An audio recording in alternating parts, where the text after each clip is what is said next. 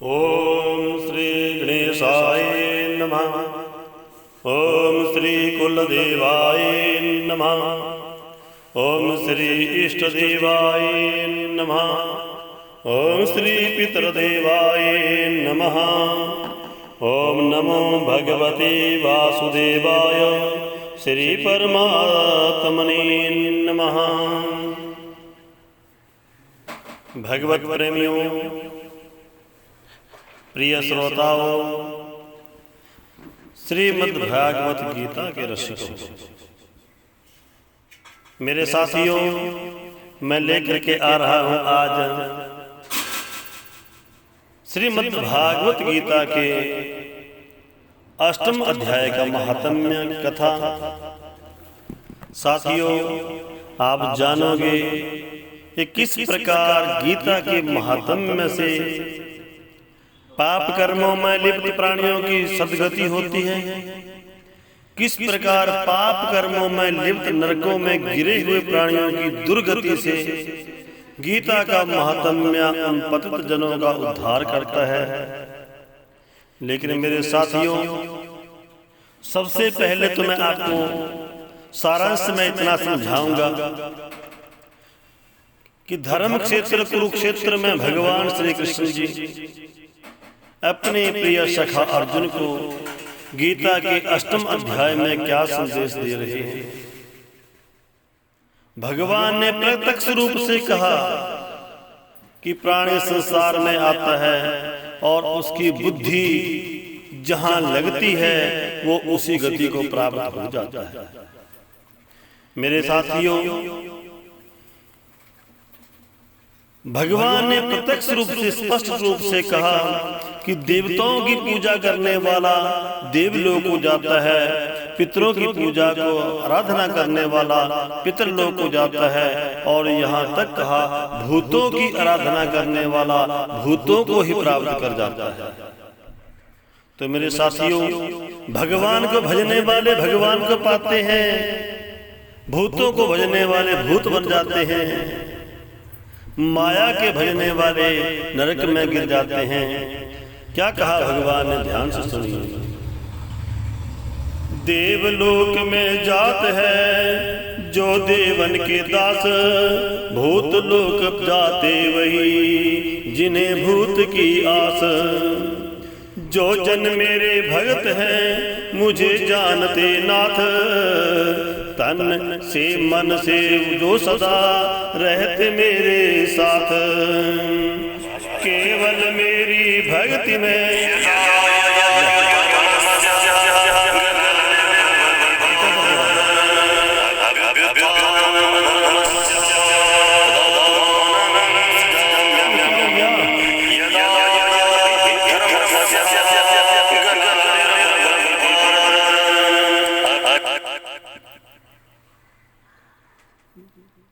केवल मेरी भक्ति में रहते हैं दिन रात, वही पुरुष संसार में मोक्ष धाम को पात। अंत काल सिमरे मुझे हे अर्जुन जो वीर, वे योगी पाते मुझे हे पांडु सुत वीर।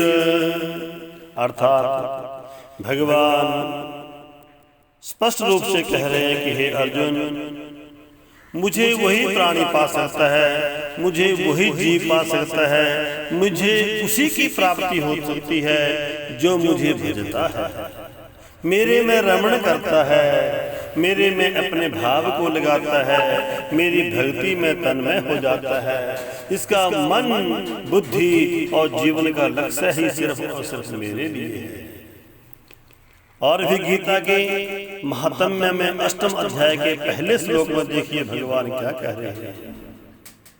किम तद ब्रह्मा किम अध्यात्मम किम कर्मम पुरुषोत्तमम, अधिभूतम च किम प्रोक्तम अधिदेवम किमोच्यते।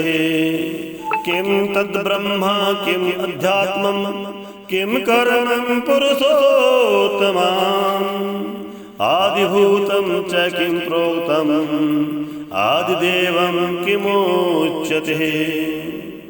भगवान राधा रमण गोपिका वल्लभ, इस सृष्टि के परमपिता परमेश्वर जगदीश्वर हैं। भगवान के श्री चरण कमलों में आइए हम कोटि कोटि नमन करते हैं। अपने पूर्वजों के उद्धार के लिए, दिवंगत प्राणियों की परम मुक्ति की प्राप्ति के लिए, गति के लिए जो हम तर्पण मतलब पितरों को तार देते हैं, पितर हमारे अधोगति को ना जाए, वो वैकुंठ लोक को प्राप्त कर जाए। तो गीता के महात्म्य में कैलाश पर्वत की रम्य रमणीक स्थान के ऊपर शिवलोक में भगवान महेश्वर, भगवती माँ आदि शक्ति जगदम्बा माँ पार्वती को क्या सुना रहे हैं। प्रभु प्रेमियों, मेरे साथियों, ध्यान से सुनो। भगवान हरिहर सुना रहे हैं कि देवी, मैं नेत्र बंद करके अपने उन परम पिता परमात्मा का दिव्य दृष्टि के द्वारा उनका दर्शन करते हुए आनंदित हो रहा हूं। मुझे परम आनंद की प्राप्ति हो रही है, मुझे उस अक्षय सुख की प्राप्ति हो रही है, मुझे उस सत्य की अनुभूति हो रही है जो भगवान के मुखारविंद से अमृत बरस रहा है। भगवान के मुखारविंद से क्या अमृत बरस रहा है, भगवती माँ पार्वती कहती है। तो महेश्वर कहते हैं कि देवी, आज भगवान श्री माधव भगवान, भगवान नारायण, भगवती माँ लक्ष्मी को क्या सुना रहे हैं, क्या दिव्य रहस्य सुना रहे हैं। मैं सुनकर के आनंदित हो रहा हूं, तुम भी उसे श्रवण करो। भगवान श्री हरि कह रहे हैं कि हे देवी, नर्मदा तटी के सानिध्य में, नर्मदा नदी के तट के ऊपर एक बहुत ही विद्वान, शास्त्रों को जानने वाले एक ब्राह्मण निवास करते थे, जो कि बहुत ही सत्कर्मों को करने वाले थे, धर्म कर्मों को करने वाले थे, पुण्य कर्मों को करने वाले थे। लेकिन साथियों, पूर्व जन्म के पाप के कारण ब्राह्मण के घर में संतान नहीं हुई।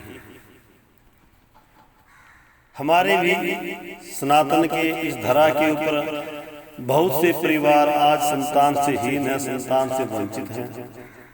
तो पूर्व जन्म का कोई ना कोई ऐसा पाप हुआ करता है, पूर्व जन्म का कोई ना कोई हमारा नीच कर्म हुआ करता है, पूर्व जन्म का ही हमारा कोई ना कोई ऐसा निंदक कर्म हुआ करता है जो हमें संतान का सुख नहीं होता। मेरे साथियों, ब्राह्मण के घर में संतान नहीं हुई, यहाँ वहां बहुत भटका, लेकिन एक दिन उसे एक पथिक मिले। जैसे हमारे तुम्हारे द्वार के ऊपर बहुत से हाथ देखने वाले, कुंडली देखने वाले, भाग्य बताने वाले, त्रिकालज्ञ महात्मा, पाखंडी महात्मा घुमा करते हैं। तो ब्राह्मण को एक पथिक का समागम हुआ और ब्राह्मण ने अपने पुत्र को पाने की इच्छा, पुत्र को होने ना होने का कारण महाराज से संत से पूछा। तो देखिए दूसरे ब्राह्मण ने क्या कहा। वो महात्मा कहते हैं कि सुशर्मा, तुम्हारे घर संतान नहीं है, तुम्हारे कुछ पूर्व जन्म का एक ऐसा पाप है कि तुम्हारी कुल की देवी रुष्ट हो चुकी है। देखिए, समझने की बात है, तुम्हारी कुल की देवी रुष्ट हो चुकी है, इसलिए जाओ अपनी कुल की देवी को मनाओ। और कुल की देवी ऐसे नहीं मानेगी, तुम एक बकरा लेकर के काट करके उसकी बलि दो, माता को भोग लगाओ, माता खुश होगी और तुम्हें आशीर्वाद देगी और तुम्हारे घर बच्चा हो जाएगा। देखो मेरे साथियों, क्या बताया महात्मा ने। कुल देवी के दरबार में बकरे की बलि देनी है, बकरे को काटना है, माँ अपने कुल देवी को भोग लगाना है, माँ तुम्हें वरदान देगी। और देखिए ब्राह्मण ने वैसा ही कर्म करना शुरू कर दिया। ब्राह्मण ने, धन का अभाव नहीं था, धन के प्रभाव से बहुत बड़ा विशाल का एक बकरा लेके आए।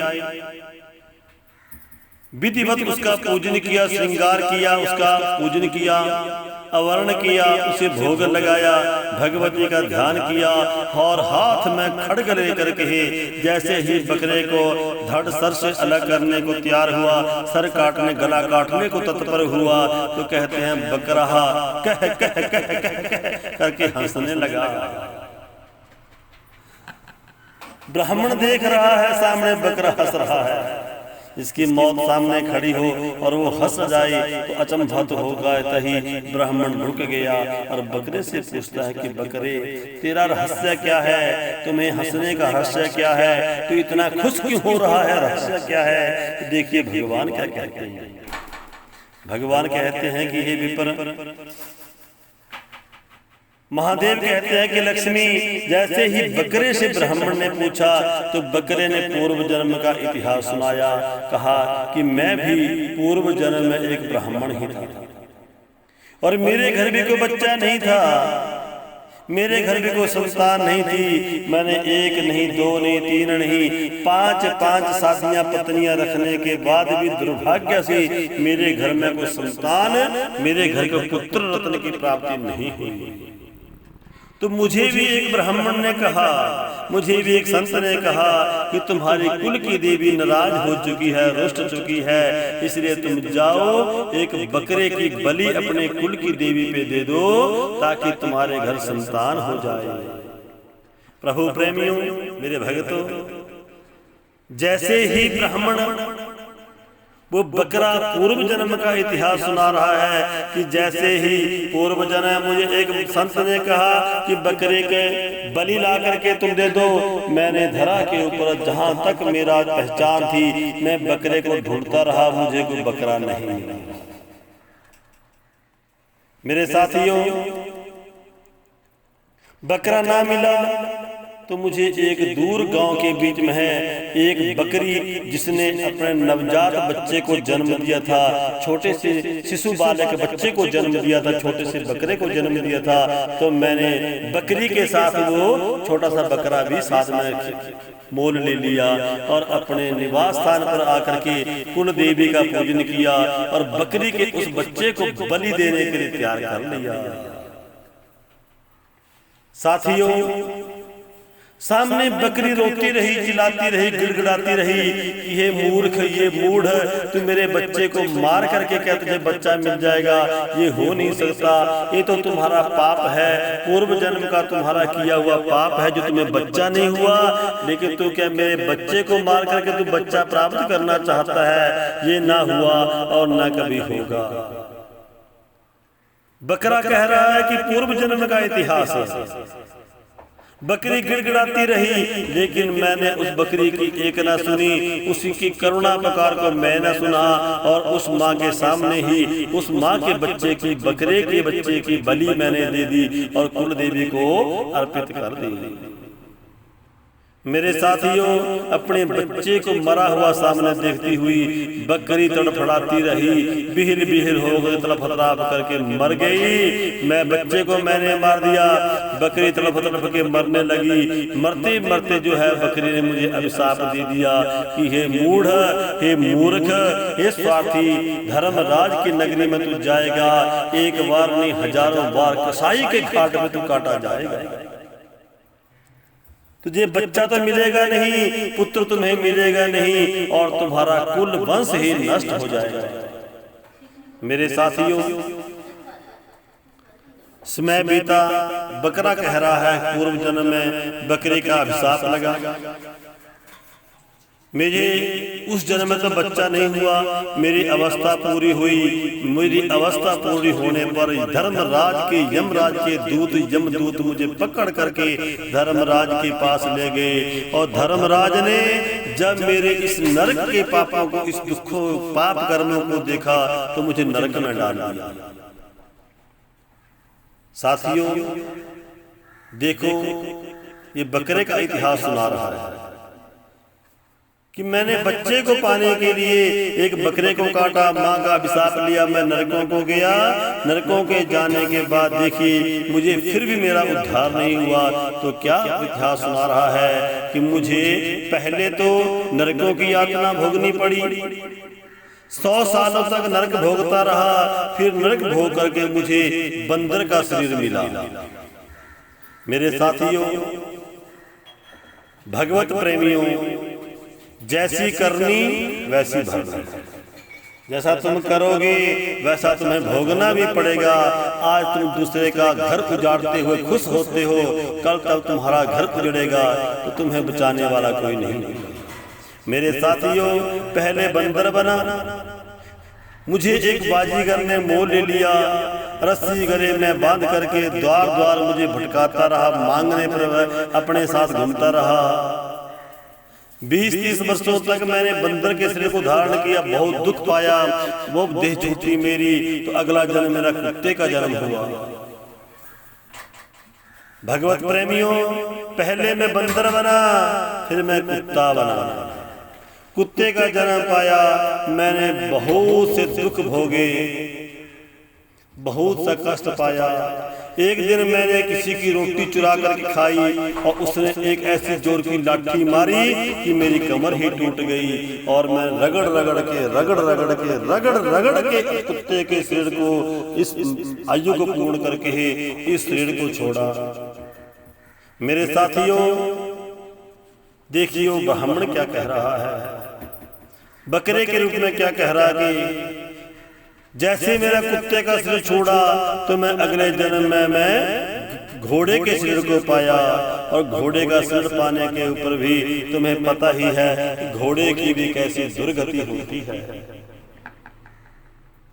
मेरे साथियों, घोड़े का शरीर पाने के बाद अब मुझे बकरे का जन्म मिला। बकरे का जन्म पाने के बाद भी मैंने इतने दुख, इतने कष्ट पाए, और आज तुम्हारे सामने खड़ा हूं और तुम मुझे काट रहे हो ना। मुझे तुम काटो, मुझे इस बात की खुशी हो रही है कि मैं भी बच्चे के लिए पाने के लिए, अपने सुख के लिए, पुत्र रत्न पाने के लिए एक बकरे को काटा था। कैसे मैं हजारों जन्मों से तड़प रहा हूँ, मुझे पुत्र तो मिला नहीं, दुर्गति और हो गई, सब कुछ मेरा बर्बाद हो गया, वंश मेरा नष्ट हो गया। और ब्राह्मण देवता, अब यही हाल तेरा होने वाला है। भगवत प्रेमियों, इस प्रकार का वार्तालाप एक वृक्ष के नीचे हो रहा था, और गीता के दूसरे महात्म्य में भगवान एक और रहस्य सुनाते हैं। एक ताड़ का वृक्ष था, और ताड़ का वृक्ष भी पूर्व जन्म में एक बकरे की हत्या करने से इस स्थावर शरीर को पा करके ही उस वृक्ष के रूप को धारण करके बहुत कष्ट पा रहा था। पूर्व जन्म में हत्या के अभिशाप से, पाप के कारण एक संत एक ताड़ के वृक्ष हुए पड़े थे, और उसके नीचे ही वो देवी की बलि देने के लिए बकरे और ब्राह्मण का ये कर्म चल रहा था। मेरे साथियों, इतना होते होते दूसरे इतिहास में प्रसंग आता है कि एक ब्रह्म राक्षस उस वृक्ष के पास आते हैं, और बकरे ने, ब्राह्मण ने सोचा कि ब्रह्म राक्षस हो सकता है, हमारी कुल की देवी प्रकट हो गई हो। लेकिन वो ब्रह्म राक्षस जैसे ही ताड़ के वृक्ष के नीचे आते हैं, उसमें एक पुरुष ब्रह्म राक्षस और ब्रह्म राक्षस ही अपने वृत्तांत को कहना शुरू करते हैं कि पूर्व जन्म में हम ब्राह्मण थे, हम ब्राह्मण थे, बहुत बड़े बड़े हमने दान लिए, बहुत बड़े बड़े हमने यज्ञ करवाए, लेकिन हमने कोई अच्छा काम नहीं किया, इसलिए हम ब्रह्म राक्षस शरीर को धारण करते हुए दुख पा रहे हैं। तो मेरे साथियों, विप्र की पत्नी ब्रह्म राक्षस के रूप में अपने पति से कहती है कि हमारा उद्धार कैसे होगा। तो देखिए, ब्राह्मण तो ज्ञानी भी था, धर्मात्मा भी था, शास्त्रों को जानने वाला भी था। तो देखिए, ब्राह्मण कहता है कि देवी, जब तक हमारे किए हुए कर्मों का निस्तार नहीं होता, हमें ब्रह्म विद्या का उपदेश नहीं मिलता, हमें तत्व ज्ञान की प्राप्ति नहीं होती, हमारे किए हुए माड़े कर्मों का निस्तार नहीं होता, तब तक हमारा उद्धार नहीं हो सकता। जैसे ही इस शब्द को ब्राह्मण ने कहा, तो देखिए वो उसकी पत्नी ब्राह्मणी जो ब्रह्म राक्षस शरीर को धारण करी हुई थी, वो अपने भाव को पति देवता पूर्व जन्म में विद्वान थे, पत्नी ने भी 4 मंत्र सुन लिए थे।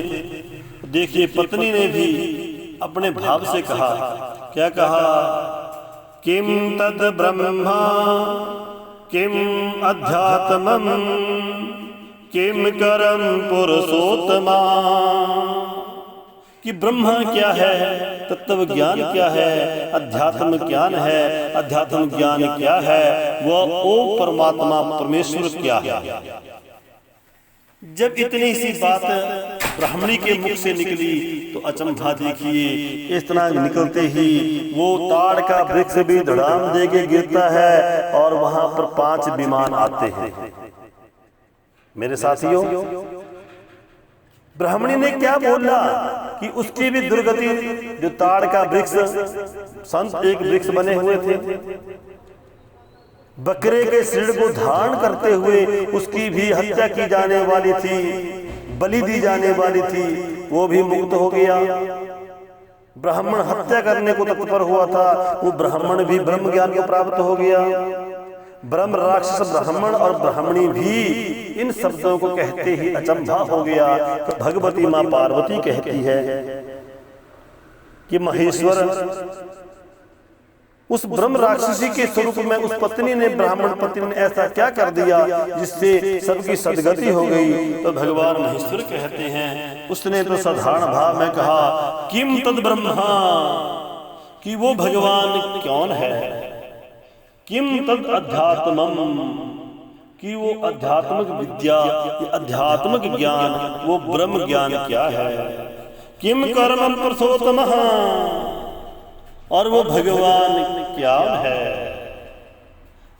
लेकिन साथियों, ये गीता के महात्म्य के 8वें अध्याय के महात्म्य का पहले श्लोक का आधा एक हिस्सा है।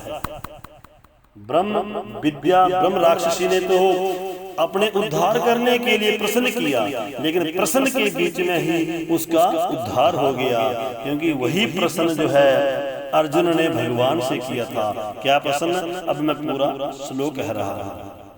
किम तद ब्रह्मा किम अध्यात्मम किम कर्म पुरुषोत्तमम अधिभूतम च किम प्रोक्तम अधिदेवम किमोच्यते। इन शब्दों को गीता के 8वें अध्याय के पहले श्लोक को जैसे ही ब्रह्म राक्षसी के मुख से निकला तो कहते हैं, वहां पर 5 विमान आए, 5 विमान आए, और उन 5 को हो ब्रह्म राक्षस को प्राप्त हुए ब्राह्मण को हो, ब्रह्म राक्षसी को प्राप्त हुए ब्राह्मण पत्नी को, और संतान पाने के लिए प्रकट हुए सुसदेव ब्राह्मण को, और उधर बकरे के शरीर जो बलि देने के लिए तैयार है, उस बकरे का उद्धार, और जो ताड़ का वृक्ष विशाल का एक वृक्ष बना हुआ था, उस वृक्ष के लिए भी 5 विमान आए, और 5 विमान हैं उन 5 दिव्य मूर्तियों को, दिव्य रूपों को लेकर के वैकुंठ को चले गए। भगवान माधव, भगवान नारायण, राधिका रमण, बाधाहरण, गोवर्धन धारी भगवान, भगवती माँ आदि लक्ष्मी महालक्ष्मी को बता रहे हैं कि पूर्व जन्म के अज्ञातवश ही ब्रह्म राक्षस के उस स्वरूप के पाने के बाद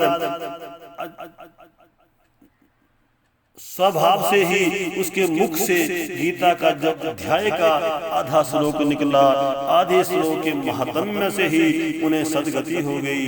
लेकिन उसी स्थान पर भाव शर्मा एक ब्राह्मण नित्य प्रति गीता के अध्याय के 8वें अध्याय का नित्य प्रति भाव शर्मा ब्राह्मण गीता के अध्याय का पाठ करते थे, और गीता के पाठ करने से उस स्थान का महात्म्य इतना निर्मल एवं परम मोक्षदायन हो गया था। वो नर्मदा तटे का, नदी का वो तट प्राणियों के लिए मुक्ति का द्वार बन गया। मेरे साथियों, प्रभु प्रेमियों, ये गीता के 8वें अध्याय का महात्म्य ही तो है, जो स्वतः ही मुख से निकला, लेकिन नरकों से भटके हुए उन तप्त प्राणियों का उद्धार हो गया। लेकिन जो अपने प्रभु प्रेमी, भगवत प्रेमी, अपने पूर्वजों के लिए, अपने दिवंगत उन आत्मजों के लिए, आत्मियों के लिए भक्ति भाव के साथ गीता ध्यान करते हुए, भगवान की आराधना करते हुए गीता के इस महात्म्य का, गीता के इस अमृत का पान करते हैं और अपने पितरों को लिए इसका पुण्य प्रदान करते हैं। ऐसे प्रभु प्रेमियों का तो हो इस लोक और परलोक में ही परमात्मा की कृपा बनी रहती है, उन्हें सद्गति प्राप्त होती है।